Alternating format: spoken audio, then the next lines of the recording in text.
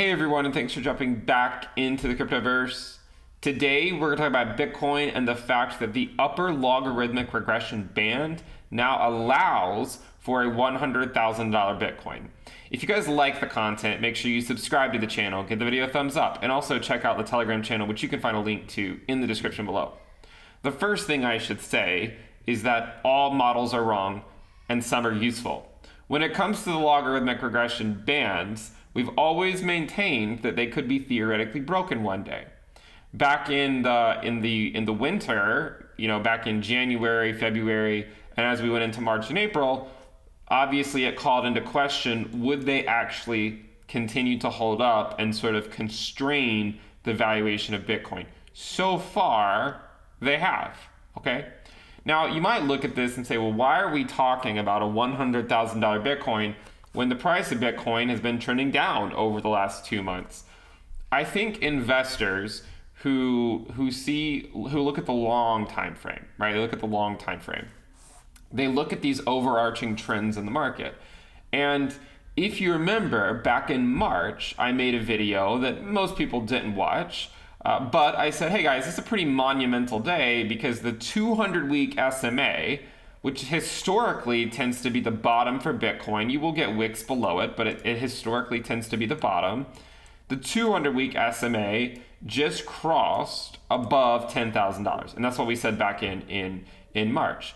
Now the 200-week SMA is closer to $14,000, so it's getting close to $14,000. I've always maintained that you have to assume that when prices are going down, that the 200-week SMA is sort of like, it's always a theoretical possibility. It doesn't have to happen by any stretch of the imagination, but it's a theoretical possibility. And when it crossed $10,000 a few months ago, I was just drawing attention to how monumental that was. That, it seems like the price of Bitcoin is just continuing to slowly move up with time, or not so slowly compared to other asset classes, but maybe relative to Bitcoin's prior performance, it's moving up slowly. And so now, despite the fact that prices are moving down, we should look the other way and say, well, at some point, we very likely will trend back up. Now, I don't like being deterministic, but again, as I've said, if I'm going to be deterministic about anything in crypto, which you almost have to be to some degree if you assume that your other investments will hold out or do somewhat well with regards to crypto, because if Bitcoin doesn't do well, then most everything else won't either. If you had to be deterministic about one thing in crypto, in my opinion, it should be that Bitcoin will stand the test of time and it will generally trend up. There will be periods where it trends down, okay? And this is what the premium list, we use that for in terms of managing your risk accordingly into thecryptoverse.com. But in general, it will trend up. So what does that mean? Well, it means over the last decade, there's times where the bulls are right. There's times where the bears are right. If you only had to pick one and say, I'm either going to be a perma bull or a perma bear, you'd be better off being a perma bull because it generally trends up. Okay, remember, Bitcoin trends up, Bitcoin goes up and it goes down, but it mainly goes up. Okay, and I use these logarithmic regression bands we've had for quite some time to sort of give us an idea of where the price should theoretically be constrained. Now, yes, it calls into question, we had Michael Saylor on the show a few weeks ago, and his argument is that, well, if some billionaire decides to go buy $10 billion worth of Bitcoin, or some country does something, the models don't necessarily account for that. And while there may be some truth to that, there also is some element of accounting for it, because we would expect that as the market cap of Bitcoin goes up, it's going to take exponentially more volume to move the prices up and to just sustain whatever the current prices are. It's going to take exponentially more volume. So to some degree, you can say that these models didn't have all the institutions that have already bought Bitcoin baked into it, but you could also say, well, maybe it was just baked into the price action, and the natural flow of Bitcoin is to trend up with time. And for us to trend up with time, the implication is we have to have more volume coming into the space. And the implication of having more volume coming into the space is we need to have more institutional money coming into the space. So I will say this. Can this model be broken? Of course, of course. And I would argue too that whenever we have whatever the next market cycle peak is, it should be refit anyways, okay? Because if you only fit it, at least the bottom one, maybe we'll leave the top one intact. Maybe we'll leave the upper regression band intact just to see how well it does.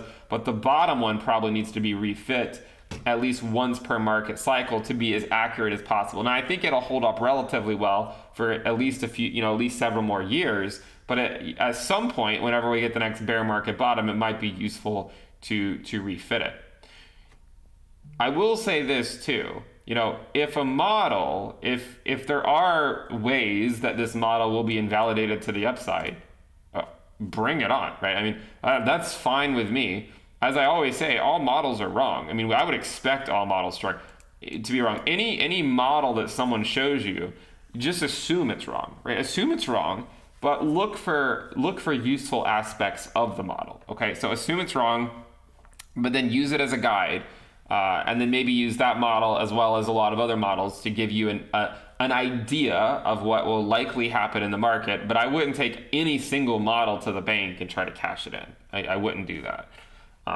So when we look at this, I say, well, if you zoom in here, you can in fact see that the upper logarithmic regression band has now reached $100,000. You can see it right here, this number, $100,000.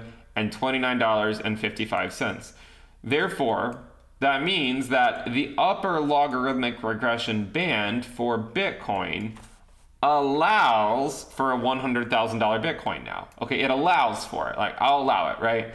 So does it mean it's going to go there tomorrow? Well, no. What it does mean is that whenever we do start trending back up, the logarithmic regression bands will concede that a 100K Bitcoin is a theoretical possibility based on this conservative model that does not theoretically account for countries or, institutions buying tens of billions of dollars worth of Bitcoin. Though I would still maintain that there's a chance it does. We'll see though. I think time will tell.